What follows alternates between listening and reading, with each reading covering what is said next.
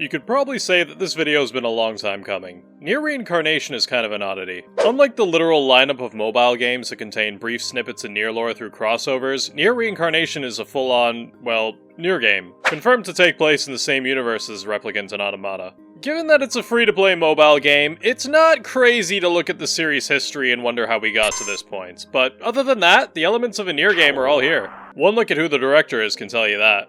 One question that's important to ask is, why make a story summary for NieR Reincarnation? Thing is, I can totally understand a lot of people's apprehension about playing this game and not wanting to touch it with a 10-foot pole. This kind of game ain't everyone's thing. I mean, hell, it ain't even my kind of thing. The only mobile games I play are ports of older games that are hard to access otherwise. I just stuck through this one because, I mean, at the end of the day, it is technically the third NieR game. This game's been out for over 6 months in Japan and a little over a month in English, and the entry on the NieR Wiki still be out here looking impoverished, so it seems like the story's still a bit difficult to access for those who are interested. At the time of this writing, the English version still doesn't have access to the full 12 chapters of the first story, so I guess unless you have access to the Japanese version, you'd still have to wait a while, even if you were keen on experiencing it yourself. Luckily, that's exactly what I have access to. Even if you were to play it for yourself though, this game forces you to smash it like a full-time job if you want to make substantial progress. To sum it up, if you're someone who wants to know the story of NieR Reincarnation without wanting to deal with the free-to-play mobile game baggage that comes with it, then this is the video for you. To be clear on what I'll be covering here, I'll be going over the 12 chapters of the main, overarching story that released with NieR Reincarnation. Each chapter has you going through a short story of another character, but those are kinda like dreams, and mostly unrelated to the main plot, so I won't be going over them. If you are interested in those, I translated those stories way back before the English version released and put them in videos. It's basically just me reading you the stories, but they're like 5 minutes long, so it's up to you. Today's video will focus on the story of Fio, Mama, and the cage. Anyways, let's get started.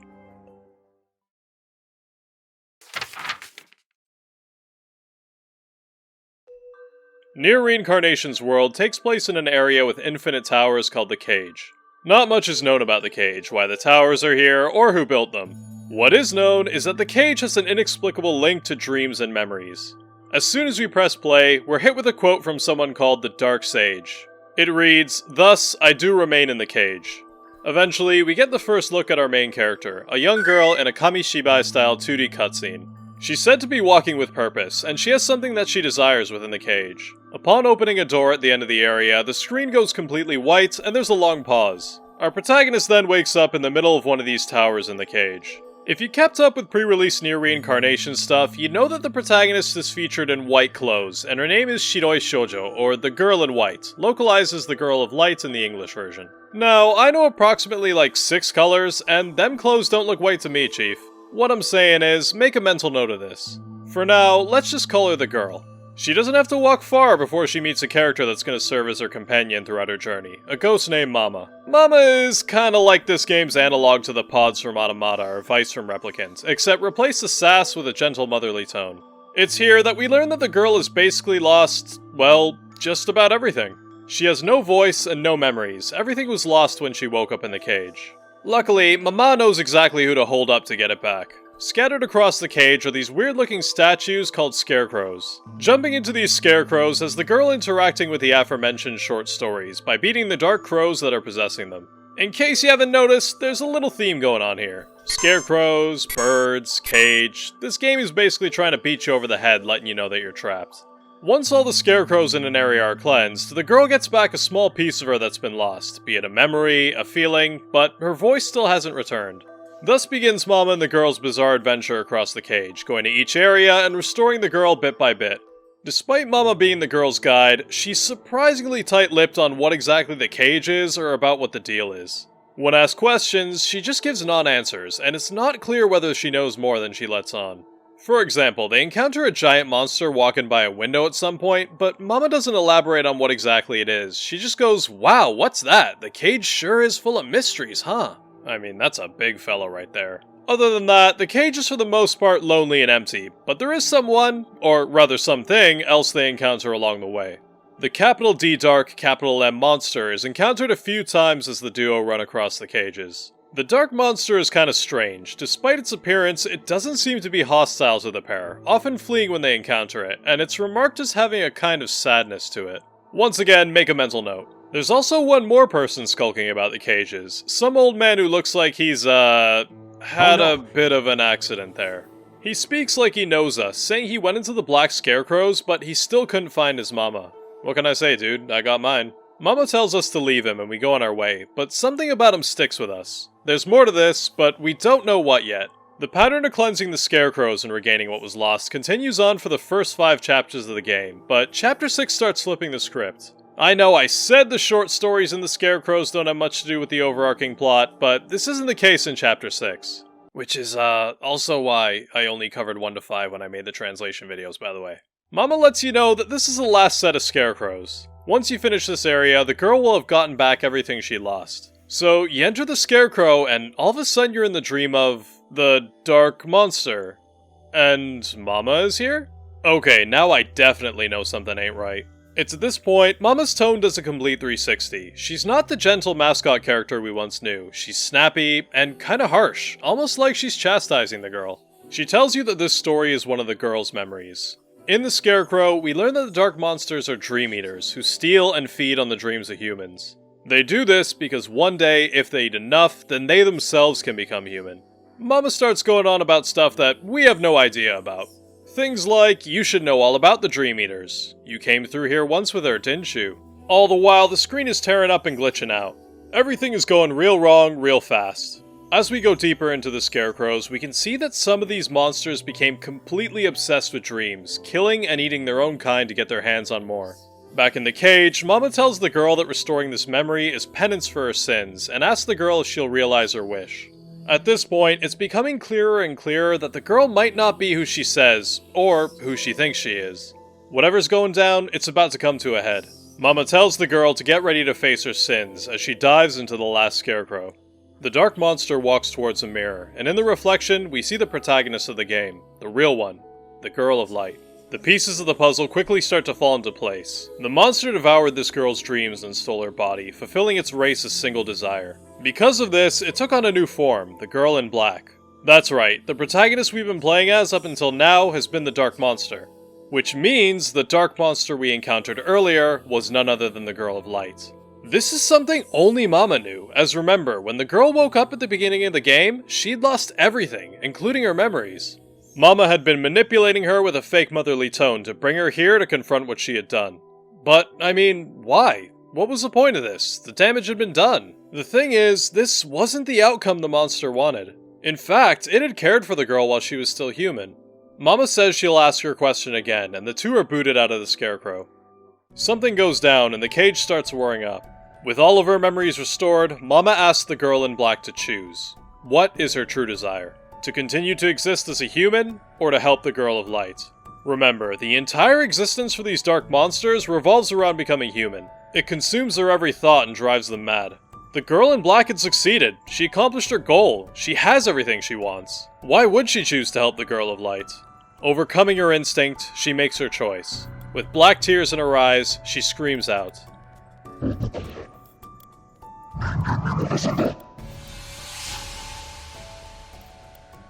I want to make her human again. At this point, you might be asking, if the monster cared for the girl, why'd she take her body? How did we get here? What went down prior to waking up at the start of the game? To answer these questions, NieR Reincarnation takes us back to 4 months earlier.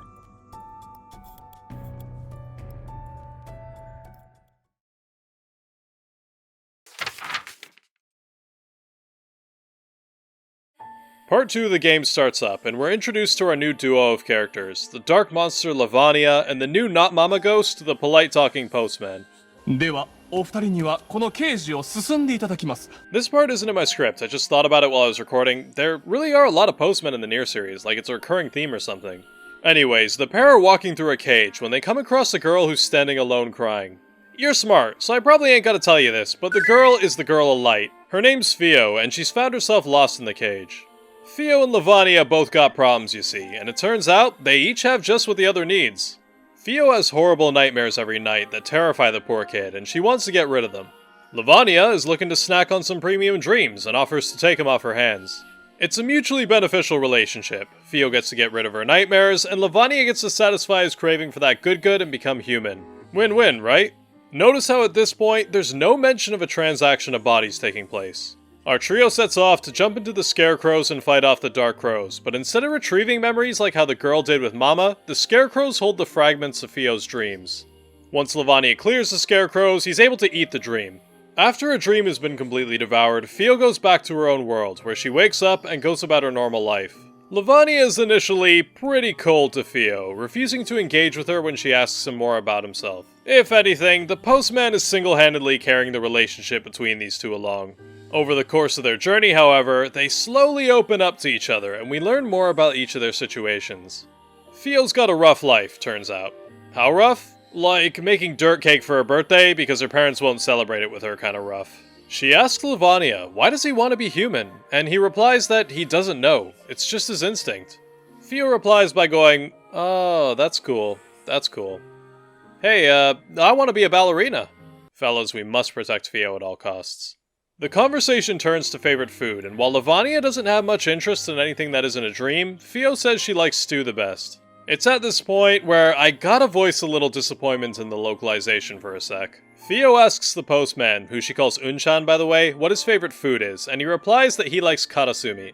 Katasumi is basically salted dried fish eggs. Tastes a lot better than it sounds by the way, but the main point is it's a pun on the Japanese word for crow, karasu. Karasu. Katasumi. Katasumi. You get it. I mean, crows have been a major theme of the game so far. In the English release, he just says he likes salted fish eggs, and they leave it at that. Since the postman is a lot more knowledgeable, or at least a lot more willing to share than Mama was, we also learn a few more tidbits about the cage. Remember that kaiju from earlier? Fio spots one and asks Unchan what's with the giant deer. He replies that they're called Tatarigami, cursed beast in the English version. He remarks on how bad and evil they are, but when asked about what they do, you can pretty much sum it up as, they just stand there, menacingly. And apparently he's really sick of the idea that some people worship them. You can actually fight this thing, but I mean, look at that power level. Might as well give it a try, right? What's the worst that could happen?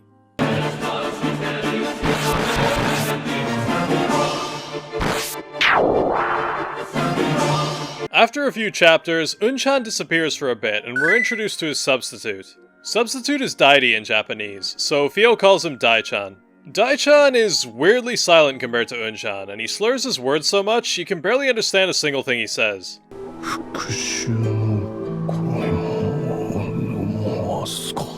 Nothing too significant happens in the time he's with us, and eventually Unchan returns. As they clean up the nightly dream, before heading back to her own world, Fio remarks that she wishes she could stay in the cage with Levania and the postman forever. Unchan tells her that that's impossible, since only things that were created in the cage can stay in the cage, and she's from another world. The next night, Fio and Levania come across a young boy that's looking for his mom. Levania is initially like, that ain't my problem, but after some convincing from Fio, he agrees to keep an eye out while he's in the scarecrows. In one of the dreams, he passes by a woman who dies while screaming out asking where her son is, but he doesn't tell the boy. Right before he jumps into another scarecrow, a vengeful spirit comes out to meet him, filled with dark energy and talking about her son. When they beat the dark spirit, Levania and Unchan turn to the boy and are like, sorry we killed your mom, dude. But he refuses to believe it, saying his mom was kind and would never attack people. He decides to plant his ass on the spot to wait for his mom to come back, and the gang goes on without him. Now, I can hear the gears turning in your head. As the girl in part 1, we came across someone also sitting around waiting for their mother. Someone whose clothes look suspiciously similar to the boy we just left behind. As well, if you've got a keen eye, you'll notice that we're currently traveling through the same areas that Mama and the girl did, only backwards. When the old man acted like he knew who the girl was when we came across him way back, it's because he knew who Fio was, and mistook the two. We can also infer that time flows differently in the cage, as it's only been 4 months since we last came across him, but he's aged like 70 years. Near the end of the night, as Levania and the gang head towards the final part of the dream, Fio starts growing visibly weaker and struggles to keep going. She insists she's fine, but Levania is pretty concerned. He clears the last of the dream, and Unchan sends her on her way back to her own world, and he says she'll be fine after she spends a bit of time out of the cage. After she's gone, Levania asks Unchan what happened, and he says the origin of her weakness was because of something in the other world. Levania asks him to elaborate, but he refuses, basically going like, dude, who cares, stop being such a buzzkill. This is a bit out of character for how Unchan usually speaks, as normally he's super polite and forthcoming. Now, I've played like 1, maybe 2 NieR games before, and I can tell something's starting to go wrong here. Fio joins us the next night, and Lev asks her how she's doing, but she seems to be totally fine. The gang go about business as usual, with a little bit of high-speed scarecrow action thrown into the mix.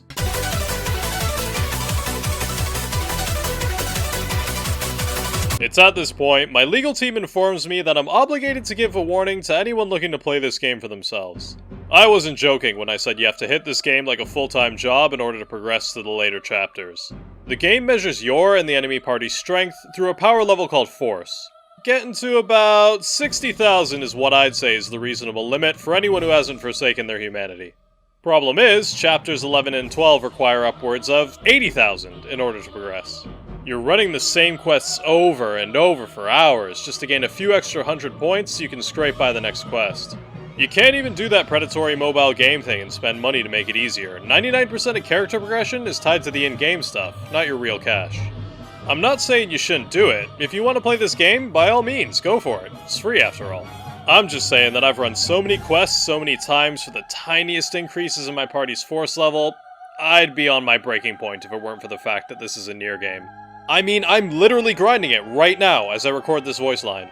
Like, you don't need to know this. This has nothing to do with the plot. I'm only saying this because the game has consumed my every waking hour, demanding I grind its quests. I close my eyes and I can still see the image of my characters whacking at the enemies. I can still hear their voice lines and the noise the level up materials make when you get them after a quest. I try my hardest to shut it out, but it's on the inside of my brain. I've looked into the mobile game void of madness from which there is no return, and my psyche will never be the same. I need to go touch some grass. Anyways, we're headed towards the end of the game now. Last night, it was only near the end of the chapter where Fio started to become weak. This time, we're barely past the first scarecrow, and she's already wheezing. Also, the screen starts glitching out, similarly to the way it did in Chapter 6. Yeah, things are definitely starting to go wrong here, and Unchan is in no mood to elaborate. Fio's voice starts glitching out and getting distorted, and Levania is getting increasingly concerned. By the time she heads towards the door back into her own world, she can barely stand. If you'll recall, Unchan told Levania that the origin of her weakness was in the other world, so to try and help her, Levania tries to stop her from going back. She declines, saying that she has to go back because her mother might be waiting for her. After she leaves, we're just left there, as lost as Levania is. What did she mean when she said her mother might be waiting for her? What's causing her weakness? How does this all tie back into the events with Mama 4 months later? To get an answer to these questions, we push on to the final chapter of the game. Chapter 12. When NieR Reincarnation came out, there were a lot of people worrying, myself included, that it wouldn't have the feeling of a NieR game. Even as I was playing through the game, I was like, yeah, it's not bad, but it doesn't really scream NieR, you know? Well, settle in, because Chapter 12 of this game definitely has the feel of a NieR game. Mirroring Chapter 6, Chapter 12's scarecrows are relevant to the main story at hand, each containing pieces of Fio's life. It's for this reason Fio won't be joining us in the cage for tonight's events. Levania is shocked at first when he's told this, but the postman assures him that when this set is finished, he'll finally have everything he needs to become human. Diving into the first story, we see Fio in her house. Her parents are fighting as her father has recently lost his job. Being unable to take it, Fio dashes and heads off into town. Remember, Fio's family is extremely poor, and through some dialogue from the townspeople, we get a good idea as to why. Fio lives in what seems to be a pretty cruel society. In the society, there are 3 tiers. There's the upper class that controls all the wealth, the common normies who love to complain about the upper class stealing their wealth, and then there's the goat people. Look, I'm sure the localization is going to change that to something that sounds a little less weird, but they're literally called the goat people, so I'm rolling with that. The collar and armband she wears are symbols that she belongs to this bottom rung of society. From the dialogue, I assume she was demoted somewhat recently, because it mentions that she has a friend that no longer associates with her. She gets brutal treatment from the townspeople, with most people shouting at her not to come close, and there's one grown-ass adult contemplating just punching her in the face. One day, her dad doesn't come home and she goes out to look for him. He used to be a soldier, but he lost his job because he's one of the goat people, so she decides to look for him at the military post. When she gets there, she finds his former co-workers beating on him, so she steps in to intervene. This is about as effective as you'd expect an 8-year-old standing in front of a bunch of full-grown men with swords would be in this situation, so they kill her dad in front of her. Jesus Christ. Knowing they're about to do the same to her, Fio dashes out of there and runs back home to tell her mom. Sure, her parents fought all the time, but the kid just saw her dad get taken out right in front of her, so she's reasonably in a pretty bad place at the moment. She bursts into the house and she sees her mom with another fella. Man, she didn't even wait for her husband's body to go cold. Theo bursts into tears and tells her mom what happened, and her mom responds by going, "Ara, yada, so nano ne," while laughing and smiling. Look, I know with the way the game's difficulty spike went, I spent a lot of time in Chapter 2 getting to know Levania and Theo, but holy shit, give this kid a break! Her mom says a few words to her new man, and the next morning, she'd disappeared, leaving Theo alone in a society that hates her. This is why, when she returned to her world last night, she said that her mom might be waiting for her. Theo had still held out hope that one day her mother would come back. Levania is furious when he sees this. He says the first thing that he's gonna do when he becomes human is go to Theo's world and curb stomp the people who mistreated her one by one. There's one thing about this whole situation that confuses him, however. The postman mentions that this isn't a dream, it's reality, and Levania responds by saying he can eat dreams, not reality. The postman basically tells him not to overthink it. Make one more mental note on this. The next story has Theo wandering around town a few days after her mother left. Being a child and not having the economic means to acquire goods and services, she hasn't eaten in a long while. She comes across an apple vendor and the game prompts you to make a choice. Steal an apple or leave them be. Being a member of the goat people, even if you don't take the apple, Theo's mere presence near the vendor is enough for him to accuse her of being a thief. She collapses from a combination of hunger and embarrassment, and he smashes an apple with his foot, telling her that if she's hungry, she can eat that. This is when her former friend passes by her and exclaims that she'd never associate with any goat person. Back in the cage, Levania realizes that this is the reason why she was so weak the past few nights. He tells the postman they have to hurry before it's too late, and the postman almost squeals in delight when he hears that. Ghostman acting a bit suspicious, if you ask me. In the final scarecrow, Theo's body is at its limit when she hears banging outside her door. A group of men armed with pickaxes are lined up outside, telling her they're going to tear her house down and replace it with a dump. Having lost everything else, Theo weakly puts her arms out to try and stop them, but again, she's 8. They tell her not to interfere and that goat people don't have rights, chasing her out. She limps over to a nearby ruin she used to play in to take refuge, collapsing at the center, full well realizing that there's nothing left for her in this world. It's at this point, the game presents you with a series of statements and makes you pick an answer. And fellas, I was getting chest pains at how brutal this was, and it wasn't because of the instant ramen this time. Stuff like, why did this happen? And your choice is, because I'm a bad person. I gotta say this again, but Theo's like 8. Her worldview is absolutely destroyed, and all because of something that wasn't even her fault, it's just something she was labeled as. When the memory finishes, Levania absorbs it, and the postman warps Theo from the ruin into the cage. Light envelops the two of them, and when it fades, Levania looks down and realizes he's human. When he looks back up, however, he realizes that Theo's, well, not. Theo screams and runs away in confusion, and Levania starts demanding answers from the postman.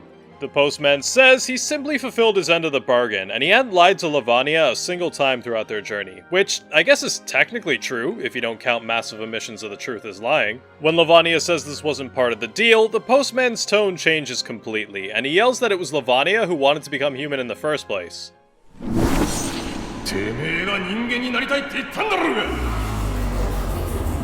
You see, while Mama manipulated Levania in the form of the girl, it was for a good reason, to lead him down a path where he would realize what he had done and be given the chance to correct it. The postman, on the other hand, manipulated Levania under orders from an absolute being. Levania fights the postman, but he's unable to land a hit on him. He's surrounded by a barrier that he says was granted to him by the aforementioned absolute being. Levania asks why doesn't the postman just kill him, and he cryptically replies that if he does, the route will be closed. But with that, it seems that he's revealed a bit too much, and the absolute being revokes his powers, leaving him open. Levania takes him out, but he says that even if he's killed, nothing will change. He's done what he was ordered to. Levania is now alone, with no idea what to do next, when he's approached by a familiar figure. Levania mistakes her for an enemy at first, considering the only ghost he's seen before just double-crossed him, but she says she's here to help. She explains that to save Theo, a large amount of power is needed. Power similar to the dreams Levania had been consuming up to this point. By doubling back through the cage, they can collect this power, but as compensation, Levania will lose everything. His memories, his voice, and even his sense of self. This is why Levania and Mama were running through the scarecrows in part 1. It was all to gather this power. Without a second thought, Levania agrees, setting up the start of the game. Okay, so now we know what happened, and we know how we got there, so it's time for us to return to 4 months later. Mama's just asked Levania to make his choice, and he's decided that he's going to make Theo human again. Mama says that since he's faced his sins, she's sure his wish will be granted, as that's one of the rules of the cage. At the end of the hallway, he finds Theo, and attempts to use the power that he's collected to transform her back into a human. Unexpectedly, she starts getting violent, screaming out that she doesn't want to be a human again. Mama says that this is also the power of rejection, and that her memories of despair are interfering with the process. Levania lays the smackdown on Theo, letting her know that even if the world turned its back on her, he'll still come in to help her.